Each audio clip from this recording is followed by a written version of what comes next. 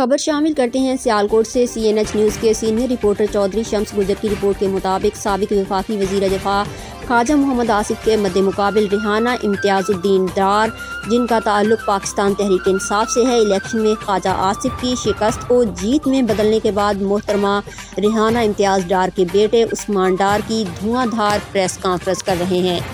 پول rigging کا مرکزی کردار سیالکوٹ کا DPO حسن اقبال ہے۔ ویسے DPO حسن اقبال کو میں بچر آف سیالکوٹ کا خطاب دینا چاہتا ہوں، جیسے وہ نریندر مودی کو کہتے ہیں نا بچر آف گجرات۔ جس بےرحمی سے نریندر مودی نے ہندوستان میں مسلمانوں کا قتل عام کیا، اسی طرح اس DPO حسن اقبال نے سیالکوٹ کے عظیم لوگوں کے گھر توڑے، سیالکوٹ کی ماؤں بیٹیوں کے سروں سے دوپٹہ کھینچا۔ اسی DPO حسن اقبال کے کہنے پہ پولیس گردی جو سیالکوٹ شہر میں ہوئی، ریحانہ ڈار کے ساتھ کمپین کے دوران جو شخص بھی کھڑا ہوتا تھا، میں سلوٹ پیش کرتا ہوں ان تمام ورکرز کو، یہ جانتے ہوئے بھی کہ ریحانہ ڈار کمپین کے دوران ہمارے گھر آئے گی تو ہمارے گھر کو بعض اوقات توڑ دیا جائے گا، ہمیں گرفتار کر لیا جائے گا، ہمارے اوپر جھوٹی FIR کاٹ دی جائے گی، لیکن میں ان تمام ورکرز کی جرأت، بہادری اور ہمت کو سلام پیش کرتا ہوں کہ انہوں نے پھر بھی ریحانہ ڈار کا ویلکم کیا اور وہ ساتھ اپنے گلی محلوں پہ لے کے گئے۔ اس کے بعد پورا شہر ہوا ہے کہ ریحانہ ڈار کمپین کر کے نکلتی تھی تو یہ Butcher of Sialkot DPO Hassan Iqbal اپنے پولیس کے گنڈے وہاں بھیج دیتا تھا، گھر توڑو، بندے اٹھا لاؤ، ساری فوٹیج ہمارے پاس موجود ہے۔ DPO حسن اقبال صاحب، میں آپ کے اوپر کوئی جھوٹا الزام نہیں لگا رہا ہوں، اگر DPO حسن اقبال میں اخلاقی جرأت ہے تو عثمان ڈار کے ساتھ پبلک میں بیٹھ کے میرے ساتھ ڈیبیٹ کر لو، میں ثابت کروں گا کہ یہ DPO Hassan Iqbal butcher of Sialkot ہے۔ اس نے سیالکوٹ کے لوگوں کا اتصال کیا ہے، اس نے سیالکوٹ کے عظیم لوگوں کی تہذیب کی ہے، کیونکہ ہم آزاد شہری ہیں۔ یہ Butcher of Sialkot DPO Hassan Iqbal اس طرح کی ظلم اور بربریت کی ہم اجازت نہیں دے سکتے سیالکوٹ میں۔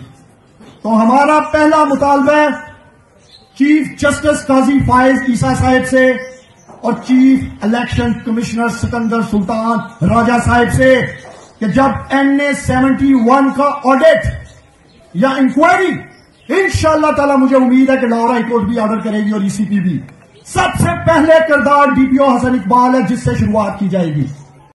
دوسرا کردار پری پول ریگنگ میں RO اقبال، جو کہ اس شہر کا ADCR ہے۔ RO اقبال خواجہ آصف کا فرنٹ مین، اس نے سب سے پہلے کوشش کی کہ 10 مرلے زمین عمر ڈار اور ریحانہ ڈار کے نام پہ ایسی نکالی جو شاید ان کے فرشتوں کو بھی نہیں پتا تھا کہ کوئی 10 مرلے زمین ان کی ہے، کیونکہ یہ خود ADCR ہے سیالکوٹ کا، آپ کو پتا ہونا چاہیے۔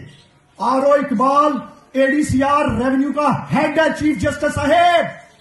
دوسرا کردار یہ ہے قاضی فائز عیسیٰ صاحب، جس کو آپ نے اپنی عدالت میں بلانا ہے اور آپ نے پوچھنا اس سے کہ ثابت کرو کہ 10 مرلے زمین ریحانہ ڈار کی یا عمر ڈار کی کیسے تھی۔